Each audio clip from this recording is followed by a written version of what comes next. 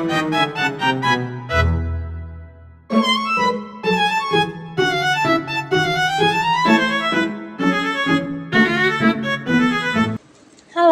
selamat siang. Perkenalkan, nama saya Herlin dari Prodi Ilmu Komunikasi angkatan 2024 dengan NIM 65240247.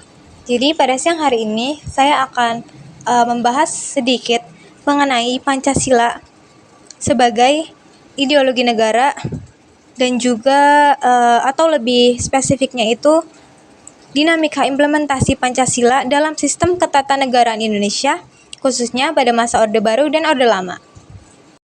Jadi, pada masa Orde Lama, di tahun 1945 hingga 1966 ini, Pancasila dibagi menjadi dua masa, yaitu pada saat periode demokrasi liberal di tahun 1950 hingga 1959, dan juga di periode kedua yaitu ada demokrasi terpimpin di tahun 1959 hingga 1966. Dan pada saat masa demokrasi liberal ini dimulainya itu ketika Indonesia menerapkan sistem parlemen, di mana kekuasaan eksekutif berada di bawah kendali parlemen. Hal ini itu membuat banyaknya partai politik yang berkuasa hingga menyebabkan kabinet itu sering berganti. Jadi sudah tercatat 7 tahun kali pergantian kabinet hanya dalam 9 tahun. Hal ini juga dapat menghambat stabilitas pembangunan, dan juga pada saat pemilu itu diselenggarakan justru hanya memperkuat polarisasi politik dan juga melemahkan efektivitas pemerintahan. Jadi secara ideologis ini, sistem ini dinilai kurang mencerminkan nilai Pancasila, terutama pada sila keempat, karena pada sila keempat itu mengenai musyawarah dan mufakat, sedangkan di demokrasi liberal ini itu lebih condong ke dominasi suara mayoritas dan juga kepentingan partai. Dan untuk periode kedua itu ada demokrasi terpimpin. Jadi demokrasi ini itu dikeluarkan karena Presiden kita Soekarno itu memperkenalkan konsep Nasakom atau nasionalisme, agama, dan juga komunisme. Dan konsep ini itu dikeluarkan sebagai strategi menyatukan berbagai kekuatan ideologi sambil menekankan prinsip gotong royong dan musyawarah yang dianggap lebih mencerminkan kepribadian bangsa. Namun pada saat pelaksanaannya, demokrasi terpimpin ini justru menjauh dari nilai-nilai demokratis dan Pancasila itu sendiri.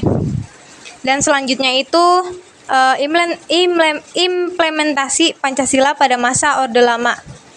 Jadi pada saat Orde Lama ini terdapat beberapa upaya yang menekankan aspek gotong royong dan juga musyawarah dalam implementasi Pancasila. Yang contohnya itu ada 1. Demokrasi terpimpin.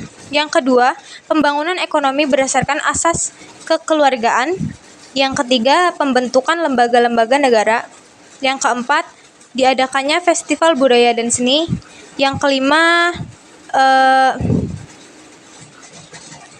sudah hanya 4 saja. Dan setelah itu ada tantangan implementasi Pancasila di masa Orde Lama. Jadi pada saat awal kemerdekaan, Pancasila itu sempat dicantumkan dalam pembukaan Undang-Undang Dasar 1945. Jadi tetapi implementasinya itu masih belum stabil karena Indonesia sedang menghadapi agresi militer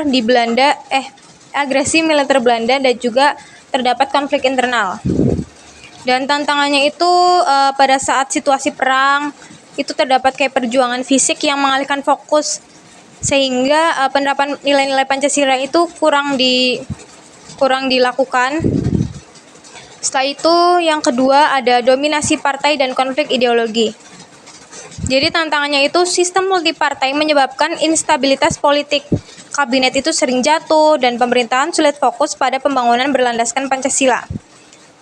Yang ketiga itu Pancasila dikooptasi oleh kekuasaan. Jadi saat itu Pancasila dijadikan alat legitimasi kekuasaan melalui konsep Nasakom yang seperti saya sebutkan itu nasionalisme, agama, dan komunis. Jadi ini tuh menciptakan kontradiksi karena komunisme bertentangan dengan sila ketuhanan. Setelah itu yang keempat itu ada puncak krisisnya. Jadi nilai-nilai Pancasila itu semakin terdistorsi karena konflik ideologi yang makin tajam. Jadi pada saat itu PKI semakin kuat, sementara kelompok militer dan keagamaan merasa terancam. Setelah itu ada Pancasila pada masa Orde Baru. Jadi di saat Orde Baru itu stabilisasi dan pembangunan itu mulai dikedepankan kembali. Itu dengan cara upaya-upaya yang pertama, penyederhanaan partai politik. Jadi pada saat Orde Baru ini jumlah partai itu dikurangi, yang tadinya 10 menjadi 3, yaitu ada Golkar, PDI, dan juga PPP. Hal ini dilakukan untuk memperkuat stabilitas politik dan mencegah konflik antar partai. Yang kedua ada duifungsi ABRI. Jadi hal ini itu dilakukan untuk memperkuat stabilitas politik dan keamanan negara. Yang ketiga, pemilu yang terkendali.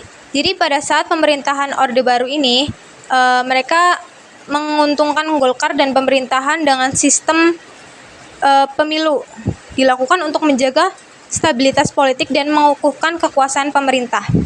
Yang ketiga, pembatasan demonstrasi. Jadi di masa Orde Baru ini, pemerintahan melarang demonstrasi dan kegiatan politik yang dianggap mengancam stabilitas.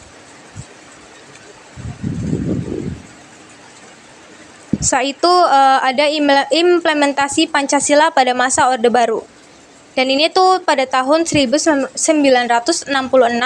hingga 1998. Jadi saya akan menyebutkan beberapa poin penting saja bagaimana Pancasila diimplementasikan pada masa itu. Yang pertama, penekanan pada Pancasila sebagai ideologi tunggal.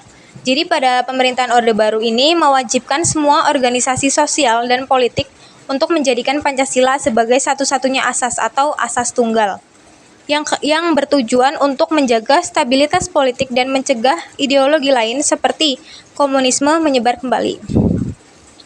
Yang kedua, pendidikan Pancasila. Jadi pada saat itu Pancasila dijadikan sebagai mata pelajaran wajib di sekolah dan universitas hingga dikenal sebagai pendidikan moral Pancasila. Tujuannya untuk menanamkan nilai-nilai Pancasila pada generasi muda sejak dini. Yang ketiga ada sentralisasi kekuasaan dan stabilitas nasional. Jadi pada saat ini tuh pemerintah menggunakan Pancasila sebagai legitimasi untuk menjaga stabilitas politik dan ekonomi. Jadi mungkin hanya itu yang bisa saya sampaikan atau saya bahas. Kurang lebihnya mohon maaf. Sekian dari saya. Terima kasih. Selamat siang.